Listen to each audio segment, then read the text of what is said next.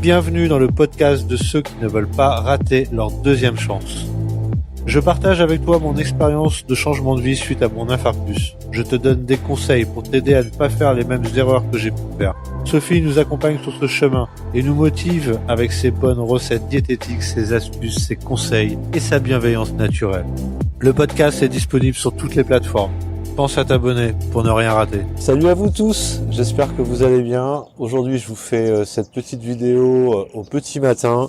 Il est très exactement 6h45, le soleil se lève et je pense que ça va être une super journée. Donc petite vidéo où on va parler méditation. Alors la méditation, si tu as des petits a priori dessus, je vais juste te demander de les mettre de côté le temps de cette vidéo. Et puis après dans les commentaires on en reparle si tu veux quoi. Si toi aussi t'as fait un infarctus, si toi aussi t'as eu une période de noir et une vraie période de bad où t'as déprimé, où t'as pas été bien, où t'as fait un burn-out quand t'es revenu à ton boulot, la méditation ça peut réellement, mais vraiment réellement t'aider à aller mieux et à te sentir mieux.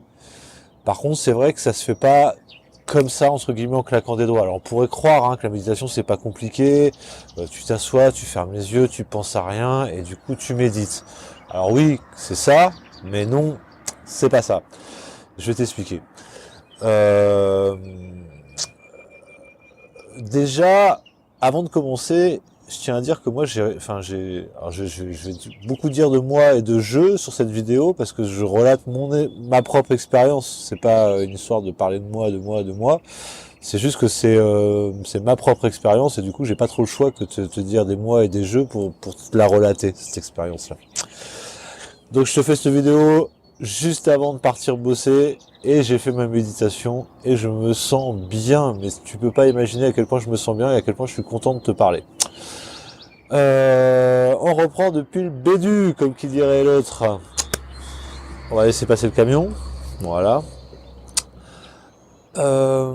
Donc, oui. Allez, j'y reviens.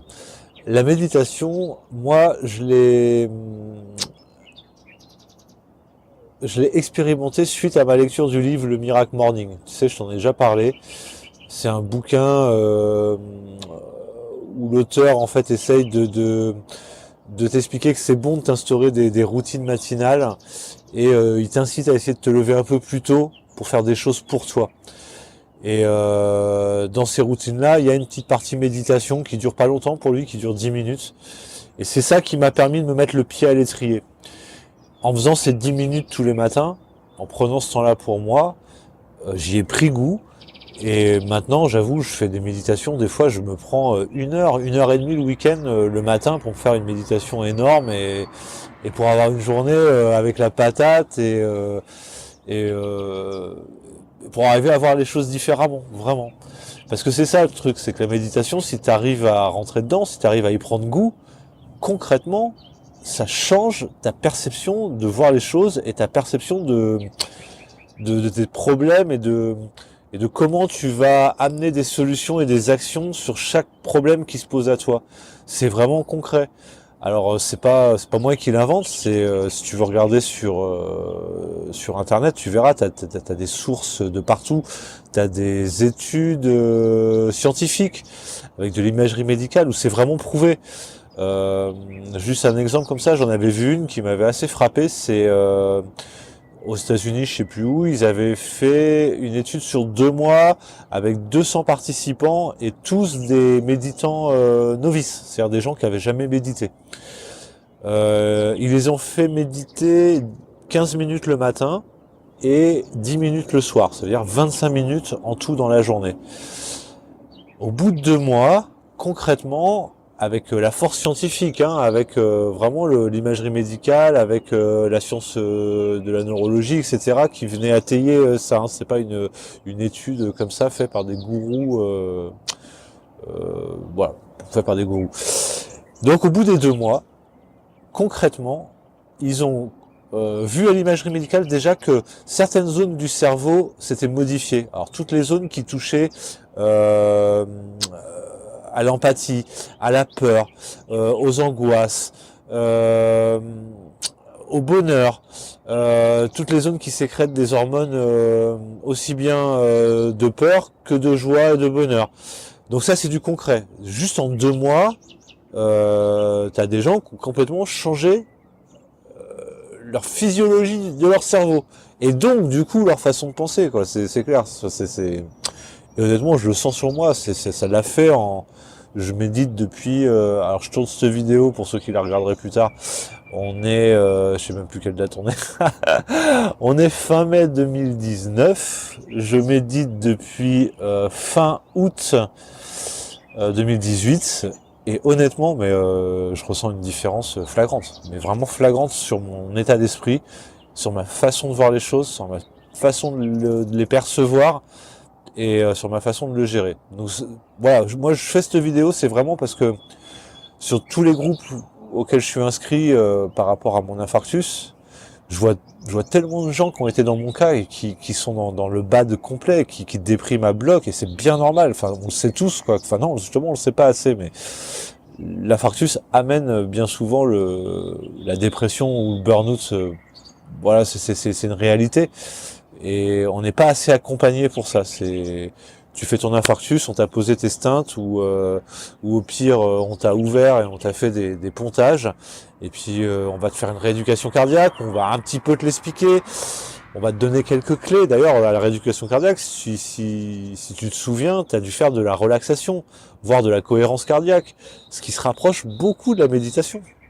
C'est un bon début vers la méditation.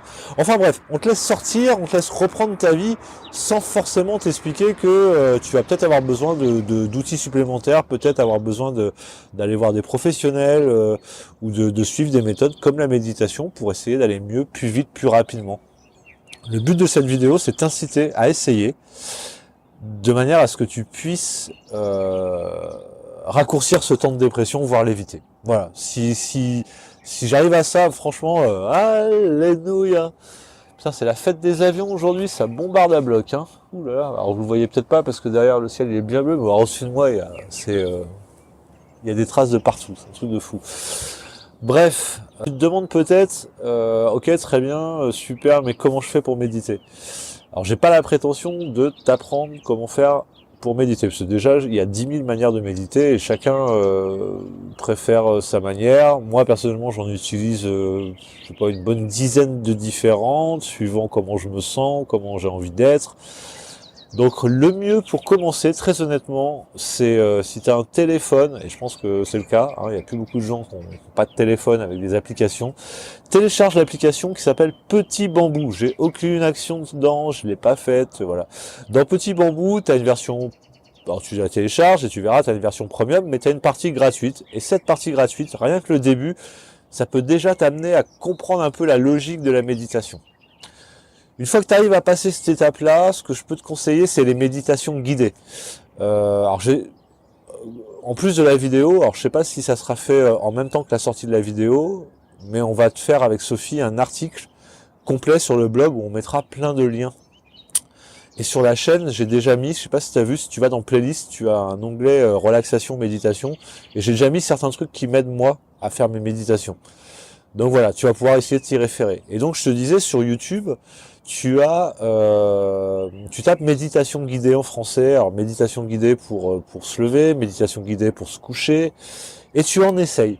Alors il y en a des biens, il y en a des très très bien, il y en a des franchement nuls, tu le ressentiras vite fait. J'espère que tu vas pas tomber sur les nuls. C'est pour ça qu'on va essayer de faire l'article vite finalement, parce que qu'on te mettra les liens de celles où on sait qu'elles sont vraiment très bien. Et essaye de t'instaurer cette petite routine.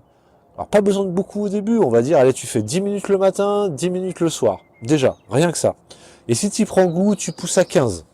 Et puis si tu as un peu de temps, ou si tu arrives à te dégager un peu de temps, et je te conseille de te dégager du temps, eh ben tu essayes d'augmenter. Et justement, la méditation, ça va t'amener aussi à ce concept de dégagement de temps pour soi. Et c'est ça qui est dur finalement dans la méditation au début, c'est d'accepter de te libérer du temps pour toi. Juste pour toi, pas pour les autres. Parce que regarde, du temps, t'en donnes à tout le monde. T'en donnes à ton patron, à ta famille, à tes enfants, et c'est bien normal. Tu donnes ton temps à tout le monde. Mais concrètement, dans ta journée, combien de temps tu prends pour toi? Juste pour toi. Juste pour que là-dedans, ça aille bien. bah si tu calcules bien, tu dois pas en prendre des masses, quoi. Et c'est pas bon. On a besoin d'avoir tous les jours un petit peu de temps pour moi. C'est ça que le Miracle Morning m'a amené au final, quoi. C'est d'arriver à me lever 1 heure et demie, 2 heures plus tôt qu'à la normale. Parce que ta journée a fait 24 heures et du coup, si t'as plein de trucs à faire, je comprends que t'as pas le temps de t'occuper de toi, c'est clair. Bah si t'as une solution quand même, hein, c'est de te coucher un peu plus tôt le soir, en évitant les activités, on va dire, futiles et inutiles, genre les émissions télé. Et te lever du coup plus tôt le matin. Donc moi je suis passé j'ai déjà expliqué dans d'autres vidéos, mais je te le redis si tu l'as pas vu, je suis passé d'un couche tard à minuit, 1h du matin, je me couche à 9h30, 10h, je regarde plus la télé, je lis. Et par contre je me réveille à 5h ou 6h, ça dépend des jours. Bref, au lieu de 7h, 7h30. Voilà, et c'est comme ça que j'ai réussi à me dégager du temps. Et ce temps dégagé m'a vraiment transformé mes journées. Mais vraiment transformé mes journées. Je vois plus les choses de la même manière. Je ne broie pas du noir. Si une situation est délicate et stressante et un peu pourrie, je vais hyper vite la relativiser. C'est une expérience je pense que tu dois pas t'économiser d'essayer. Même si tu as des a priori dessus. Tu peux avoir des a priori sur le fait que la méditation, c'est que des mecs perchés qui font ça, des hippies, des gourous indiens. Ouais, t'as le droit de le penser, mais teste-le. Tu verras que la méditation, honnêtement, elle est ouverte à tous, elle est gratuite. Elle demande juste à ce que tu prennes du temps pour toi.